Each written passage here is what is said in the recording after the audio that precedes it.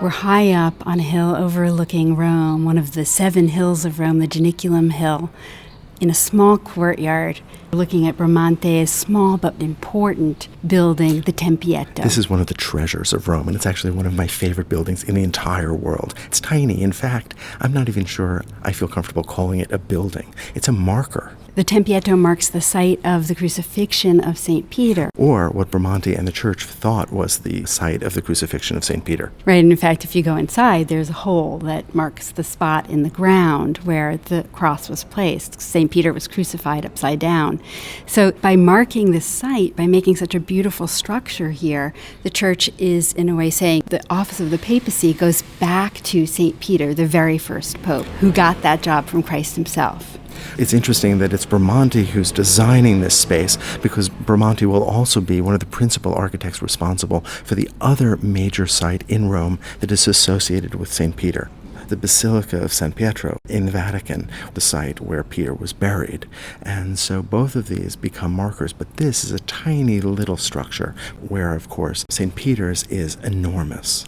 Yes, and this looks back to a kind of early Christian building called a martyria, or a marker of the site associated with an early Christian martyr. Those were round buildings, and it's interesting that Bramante is borrowing both from that early Christian tradition, but also borrowing directly from antiquity. And in fact, in Rome itself, if you go to the Forum, you can see a small round temple to Vesta, which is not so dissimilar from this. In fact, it's surrounded by columns. That's right. Both the ancient Greeks and the ancient Romans employed the circular plan. And so Bramante is very consciously going back to those. He's consciously going back to the ancient Roman writer Vitruvius, who wrote a great treatise on architecture and on correct proportions in architecture, which Bramante is really following here in the Tempietto. Bramante really is in love with the ideal geometries of antiquity, especially of ancient Greece. This building is a radial building. It's a round structure.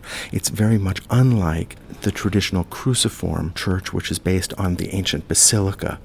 And it's interesting because Bramante also used a kind of ideal geometry in the other building we were talking about, in St. Peter's Basilica, which was originally a perfect cross.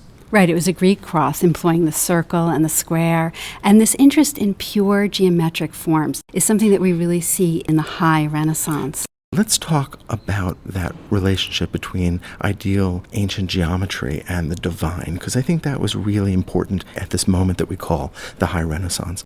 If you draw a circle, no matter how good an artist you are, it's always going to have some imperfections.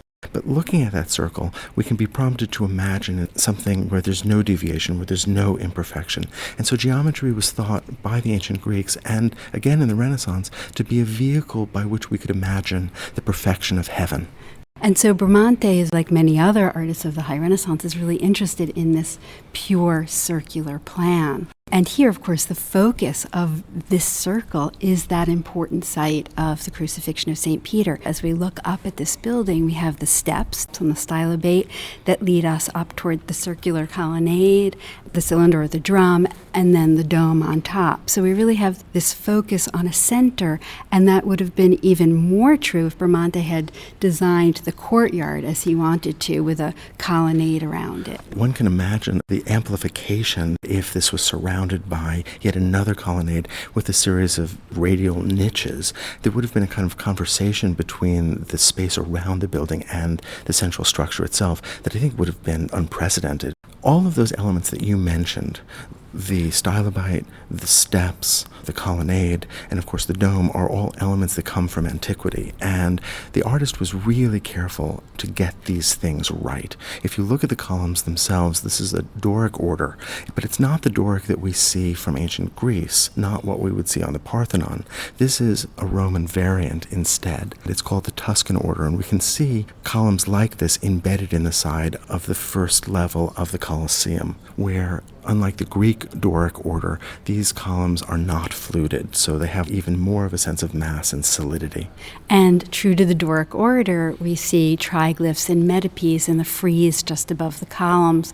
So Bramante is really capturing an authentic Doric order here. Although he does sometimes allow for some variation. For instance, the Greeks and the Romans would not have inside their colonnade put pilasters that pair with the columns. He's sort of maximizing the radial quality by aligning the true columns with the false columns. Right, so there's a real rhythm that Bramante is creating here. And what makes this so high Renaissance to me is its grandeur. Even though it's so small, there's a real sense of monumentality. And in a way, this is the architectural equivalent of Michelangelo's figures in the Sistine Chapel. A real sense of the heroic, looking back to classical antiquity and celebrating a kind of humanism. There is a kind of self-assurance in the high Renaissance. This idea that man can actually produce exemplars on earth of the perfection of the heavenly. And even though this is such a small building, I think its monumentality comes from its great ambition.